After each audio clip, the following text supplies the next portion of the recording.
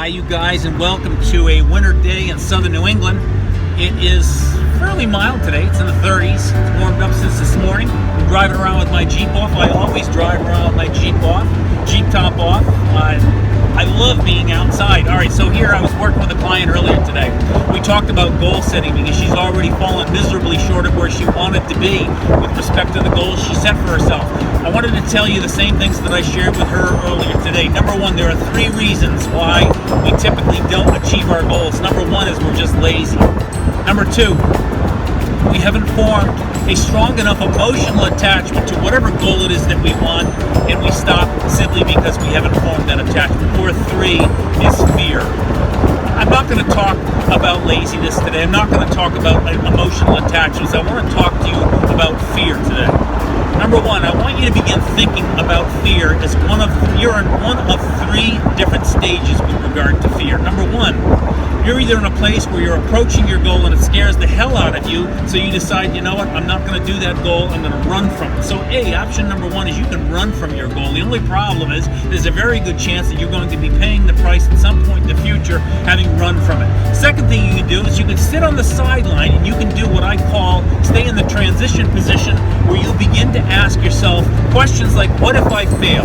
What if I embarrass myself? What if I'm judged by people? What if, and you never attack it. The third thing you can do is you can freaking attack your goal as fast and as hard and as furious as you can, and that's what I recommend. Here's the reason why. Most of us don't run from our goals. Most of us sit in transition, whether it's to get a new job, whether it's to make more money, whether it's to improve my relationship, or what ifing, or waiting, and we're sitting in that transition period. That's a tough place to be because we never move forward.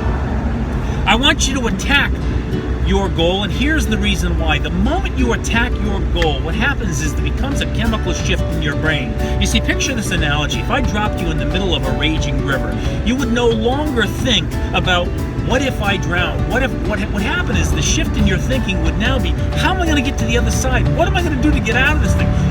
It becomes forward focused. It becomes thinking about the result of how you're going to make it happen rather than whether you're going to make it happen. So again, the 3 options you have is you can run from it, number 1. Number 2, you can sit in transition and what if it to death. Or number 3, you can freaking attack it and change your life. Oftentimes people talk about fear as being this huge wall, but any one of you that have ever achieved a goal that you are initially afraid of, you all know that it's not a wall at all. It's more like a little threshold that you step over.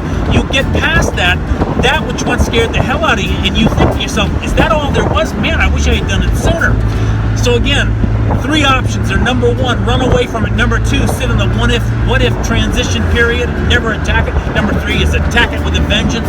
Change the person you're intended to be. Go for your goals. Man, it's all about your life and how vital and how alive you feel, and it's only by attacking our goals that we get that sense of really truly being alive. So listen, this year 2016, you may have made some mistakes right out of the gates. Don't beat yourself up. Pick yourself up, man. Let's do this thing. If you need my help in any way, shape, or form, all you need to do is to call me.